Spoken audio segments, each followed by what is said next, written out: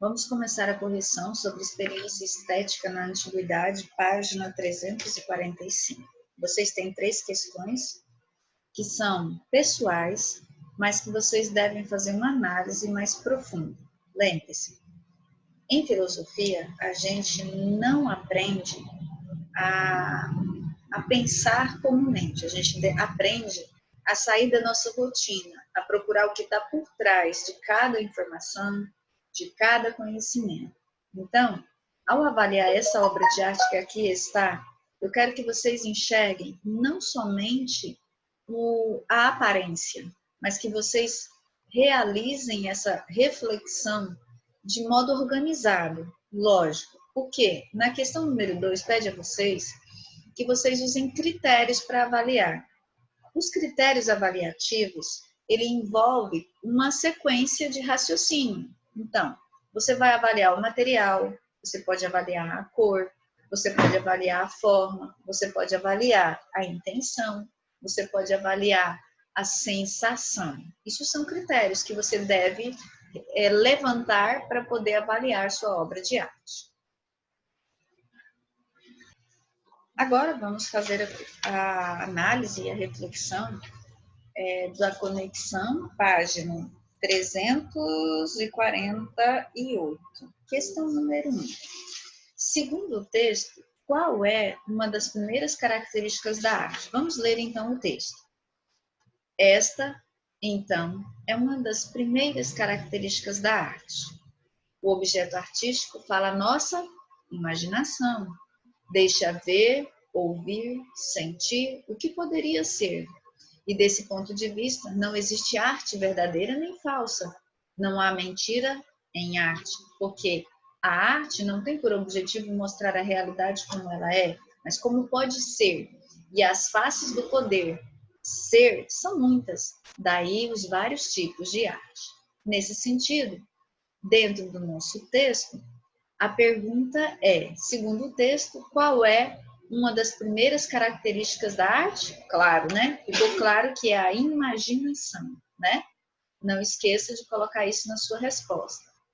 Na questão 2, por que a arte não pode ser verdadeira ou falsa? Fica lógico que uma obra de arte, ela não tem o objetivo de ser verdadeira ou falsa. Ela tem o objetivo de transmitir uma reflexão, uma análise, né?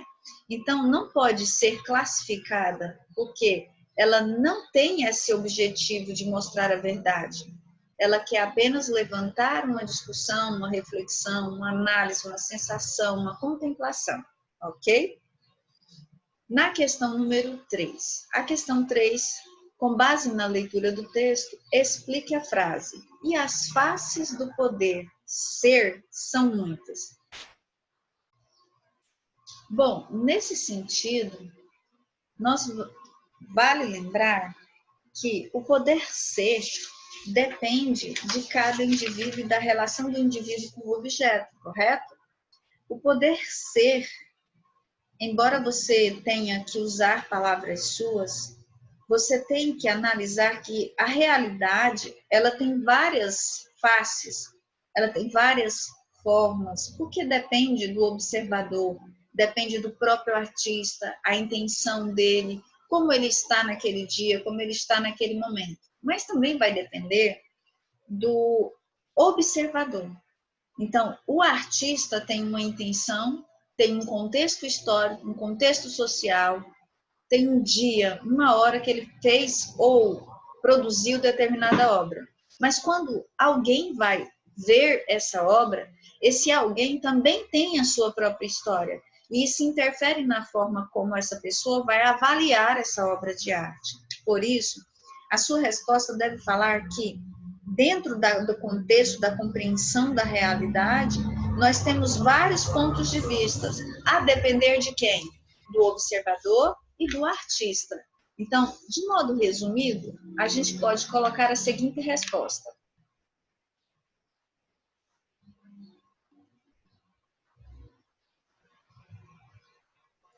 Vamos avaliar. Pronto. Essa é a resposta que você pode estar colocando na número 3.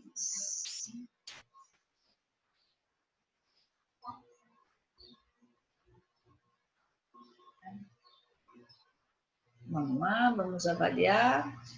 Copiando a resposta. Verifique se dá para vocês lerem.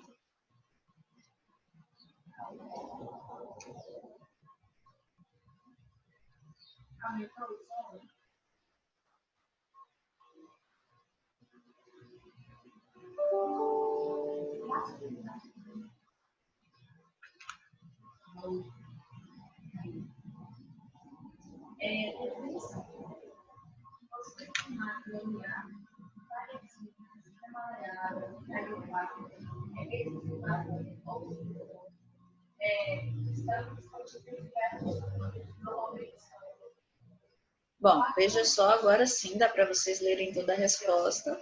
No contexto em que se encontra a frase, em destaque, significa que a realidade pode ser representada de múltiplas formas. Tal representação depende unicamente da criatividade do artista. As formas de entendimento, de compreensão da realidade, o poder do observador de uma obra de arte também são múltiplas, e não necessariamente precisam corresponder ao ponto de vista. E também eles se adaptam também ao local que ele é implantado, porque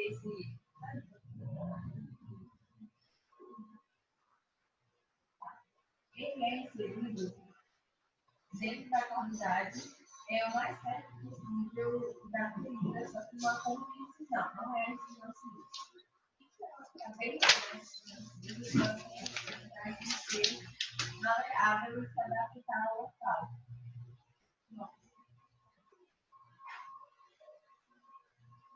Finalidade.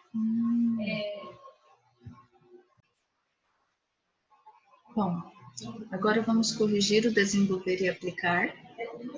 Página 352, 353. Temos 3 questões a responder, com base não somente no texto em questão, mas ao conhecimento que nós adquirimos ao longo dessa unidade. Então, vamos ler o texto com atenção, tá, crianças? Prestem bastante atenção.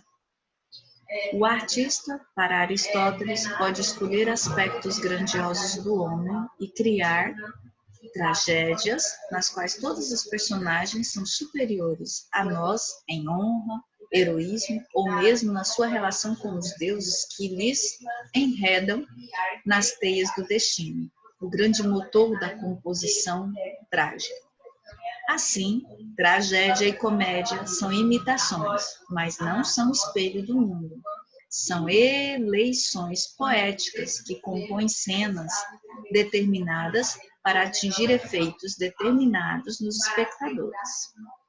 E esses espectadores, antes de se deixarem enganar pelo que é mostrado, admiram a capacidade do autor de eleger aspectos naturais, momentos e palavras capazes de provocar o ânimo geral da plateia, a beleza, a imaginação poética, que criam admiração dos criadores.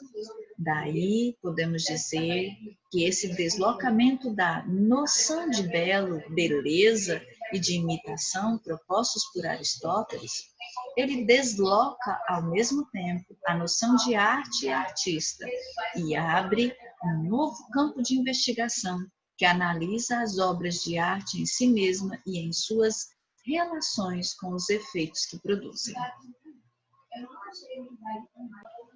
Questão número 1. Para Aristóteles, tragédia e comédia são espelhos do mundo? Bom, pela nossa leitura ficou evidente que não são espelhos do mundo. São apenas textos escritos com uma intenção, de causar algo no nosso espectador, de trazer uma moral, um ensinamento. Então, ele é provocativo, ok? Então, são apenas imitações criadas para causar algum efeito no espectador. Vamos à questão número 2. Bom, a questão número 2 nos questiona como Aristóteles define beleza. Nesse sentido, A beleza, ela está implícita no contexto do nosso texto. Não está assim claro em um único parágrafo. Mas para Aristóteles, a beleza, ela é um produto que é resultado da obra de arte, ou seja, essa obra de arte ela é resultado da ação de um artista. Então, ela é fruto de uma habilidade, de um dom que o artista possui. Nesse sentido, podemos escrever a seguinte resposta: como um produto da habilidade artística de seus criadores. Vamos agora à questão número 3. Bom, a questão 3 nos pergunta qual é o papel do espectador diante dessa obra de arte. Bom, nós temos, então, uma obra de arte à nossa frente. O que a gente tem que fazer diante disso? Observá-la, contemplá-la, admirá-la, né? Então, nessa questão 3, a gente vai ter esse contato com a obra de arte que vai incitar na gente uma percepção que é surgida através da admiração da capacidade desse autor de transferir a informação ou uma ideia para uma obra de arte. Então, resumidamente, vocês podem ter escrito assim: admirar a capacidade artística do criador daquela obra. Bom, agora vamos continuar indo para a próxima página. Questão número 1 da atividade, na página 353 ainda, só que abaixo da interação, que eu não pedi para vocês realizarem, tá? Ele pede a você que organize as palavras, e ao terminar de organizar as palavras em ordem, você vai encontrar uma informação. Então, cada palavra dessa traz um sentido e uma informação que é importante no contexto do nosso entendimento. Terminado a sua ordenação, você tem que ter chegado à seguinte conclusão. Lembre-se, palavras dispersas são separadas por vírgulas, tá? Então, significa percepção pelos sentidos, vírgula, sensação, vírgula, sensibilidade, vírgula, sentidos, ok?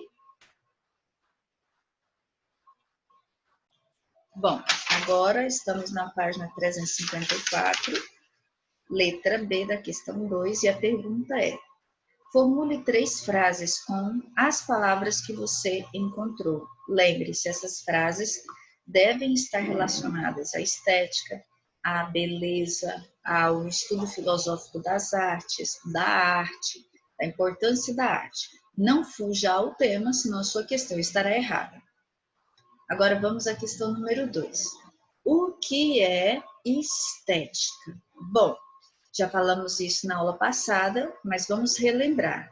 Estética é uma ciência filosófica, ou seja, é um ramo da filosofia que se dedica a estudar as questões do belo. Mas não só isso.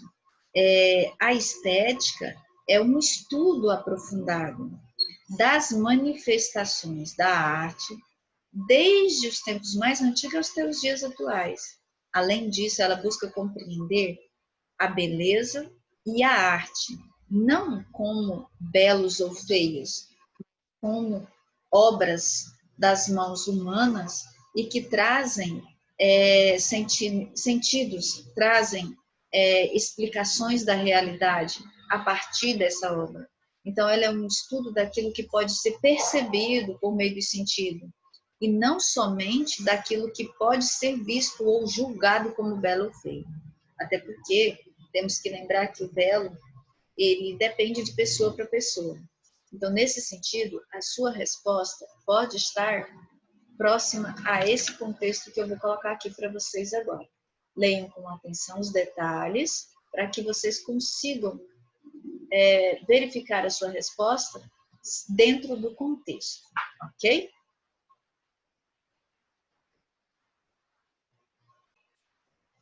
A questão 3 pede a vocês que observem a imagem em questão e que em seguida vocês respondam. A estética apresentada na figura está relacionada à estética que nós estudamos em sala? Por quê? Lembre-se, a estética que nós estudamos em sala é uma estética relacionada ao estudo do belo, ao que essa obra de arte tem intenção e o que essa obra de arte causa nas pessoas, ou seja, a forma como a pessoa interage com a arte. Você olhando a essa obra de arte, você considera ela uma obra de arte? Você verifica nela uma reflexão? Você consegue enxergar nessa obra de arte uma sensação? Há uma intenção? Você consegue perceber essa intenção? Então, explique, justificando dentro do contexto filosófico que nós estudamos. A questão 4, segundo nossos estudos, a estética apresentada pela filosofia pode ser admirada por qualquer pessoa e essa pessoa em questão não tiver visão. Vamos lá, vamos supor que a pessoa é colocada diante de uma obra de arte, mas essa pessoa é cega. Será que ela pode admirar? Ela pode fazer o estudo estético dessa obra de arte? Bom, segundo o que nós estudamos, sim, qualquer pessoa pode fazer.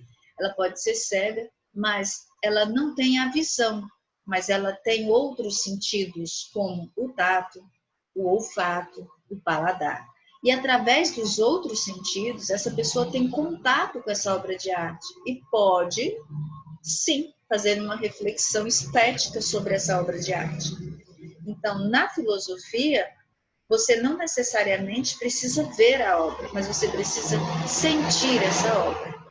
Nesse sentido, a nossa resposta, ela pode passar pelo seguinte aspecto: admirar do mesmo modo que qualquer outra pessoa é possível sim a um cego.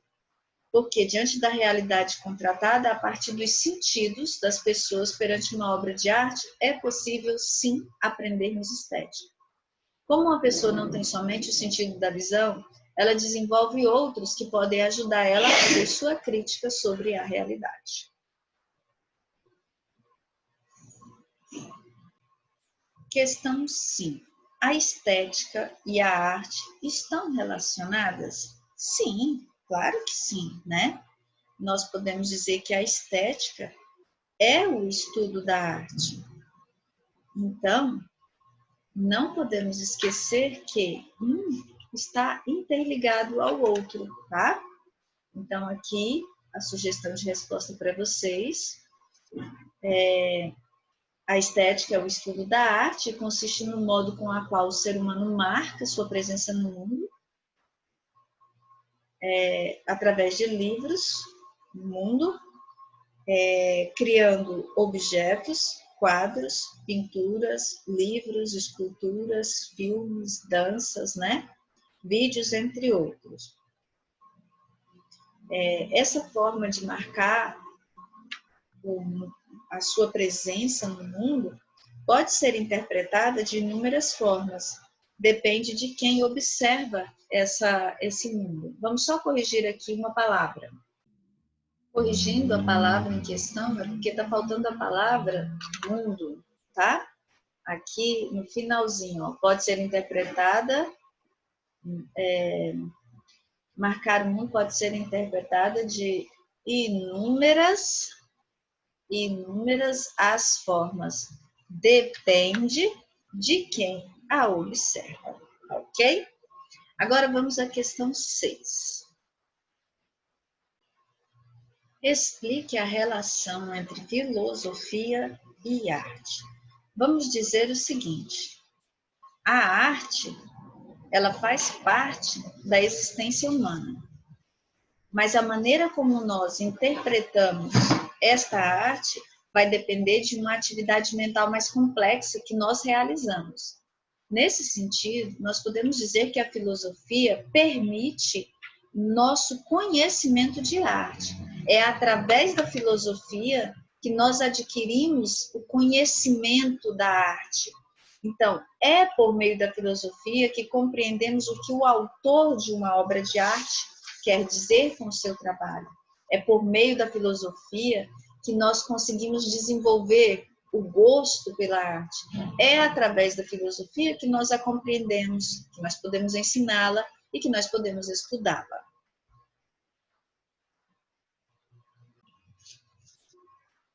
Bom, agora vamos avaliar a seguinte questão.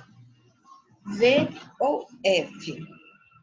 Os povos gregos utilizavam a arte para expressar seus sentimentos, seus desejos, suas ações, sua religião, sua política. Tudo isso compõe a cultura grega. E toda a riqueza que foi transmitida à humanidade, verdadeiro ou falso? Verdadeiro. B. As figuras rupestres não são um indício de que povos, desde as épocas remotas, utilizavam arte? Opa, não são? Claro que são. Então, a alternativa é F, falsa. Letra C. A arte foi construída com base no naturalismo e no idealismo. Naturalismo. As coisas retratadas pela arte eram mostradas como elas deveriam ser e não como elas eram de fato. Idealismo. A arte procurava reproduzir os objetos retratados com a maior semelhança possível com a realidade. Gente, está tudo trocado. É exatamente o contrário. Se eu pedisse a você para justificar essa alternativa, por que ela é falsa, você deveria lembrar que idealismo é exatamente a arte reproduzida, retratando com a maior semelhança o possível à realidade. Se trata do naturalismo. E o idealismo é como elas deveriam ser, ok? Letra D. Para Platão, a pintura não poderia ser de maneira alguma representar a realidade, assim como ela é, de fato, é. Presta atenção.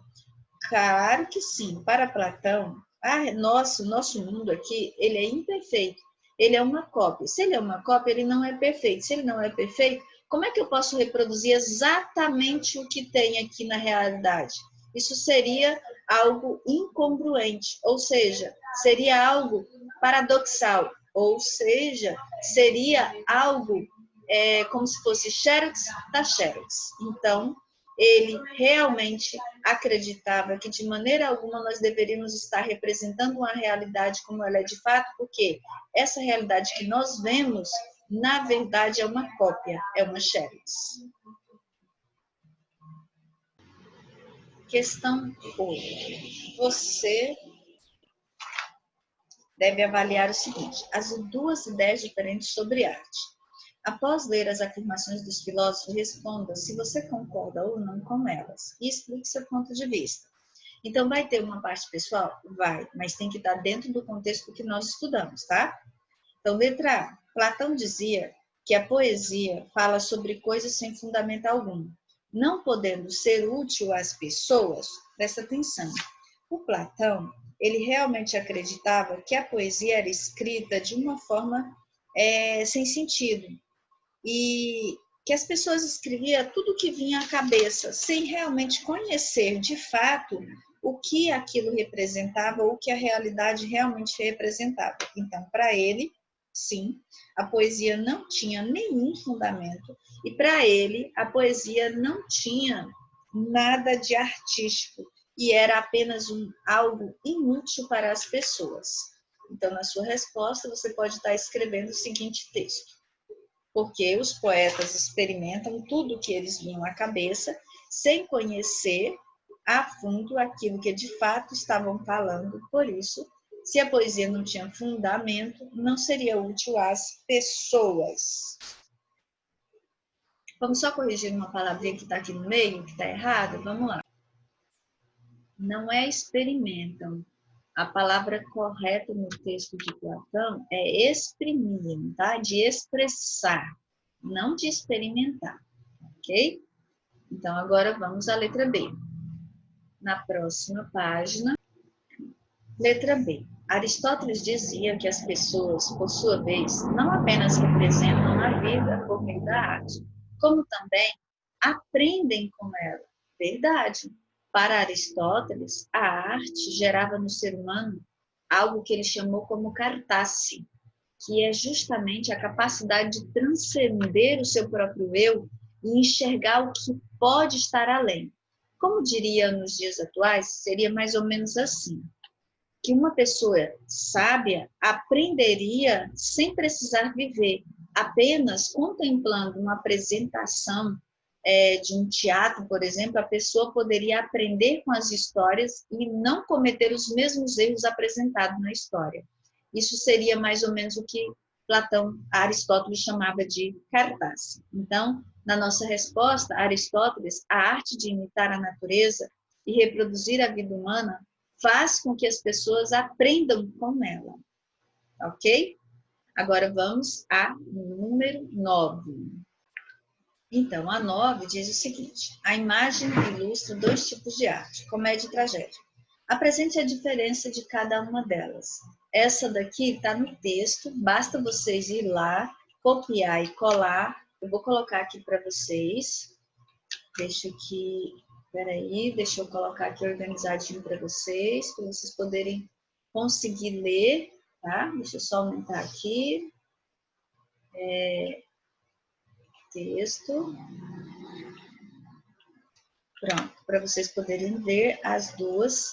Deixa eu ver se está tudo corretinho. Comédia, causa nas pessoas um prazer em mediar ou retratar as cenas ridículas do dia a dia. Ela possibilita uma espécie de alívio instantâneo que é provocado pelo riso.